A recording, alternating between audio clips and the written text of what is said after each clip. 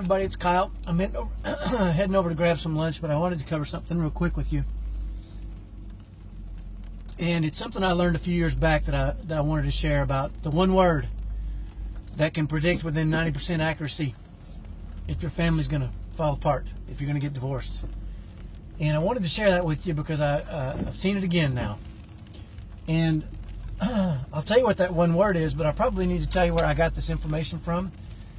And I read a book a few years back called Blink by Malcolm Gladwell. And he did some research where a doctor by the name of Dr. John Gottman, I think, could sit couples down and have them have a basic 15-minute conversation and then tell within 90% accuracy if they were going to get divorced. And so this got my attention because I want my marriage to last. I think we all do. But what really got my attention was when he said there was one word. And I wanted to know that word. And was it a word that they said to each other during the conversation or what? I didn't really understand until I realized that this doctor was watching their body language and had them connected to some wires and was testing their how they were shuffling in their chairs and just testing the heart rates and those kind of things. And it was pretty interesting because he could boil it down into one word, and he said that word was contempt.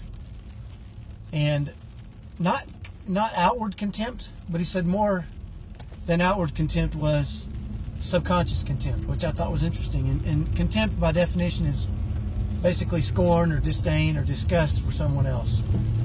And these weren't arguments that these couples were having. They were just regular conversations.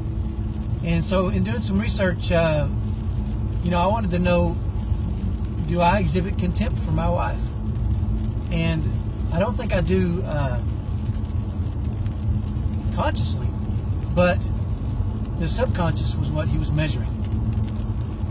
And so, subconscious is a tricky deal, and we really don't know how to, if we knew what our subconscious was doing, then we'd probably fix it, but we don't. So it's kind of a tricky deal. Well, I shared this with a friend of mine who said it was the stupidest thing he'd ever heard.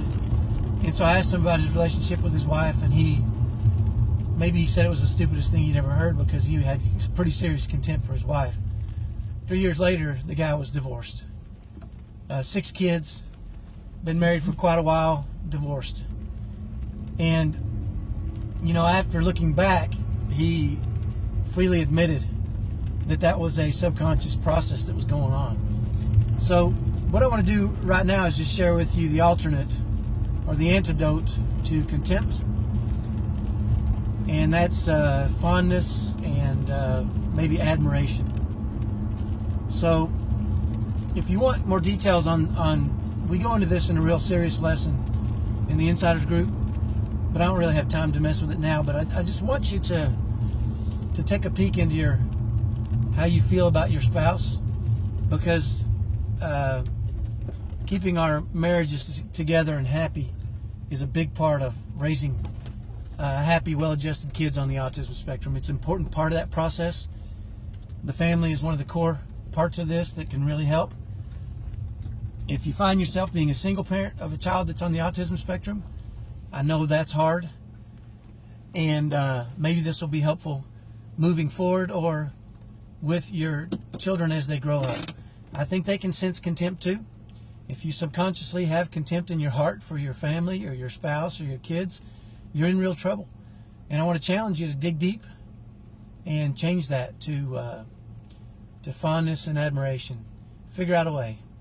If you're feeling that way deep down, there's a problem. So hopefully that's been helpful. Think about it. Do you have contempt for your spouse? Do you have contempt for your kids?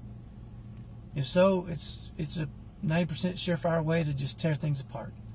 So I want you to stay together with your family. I want you to be happy. I want you to thrive as you raise those kids. So have a great day. I'll talk to you tomorrow. Bye-bye.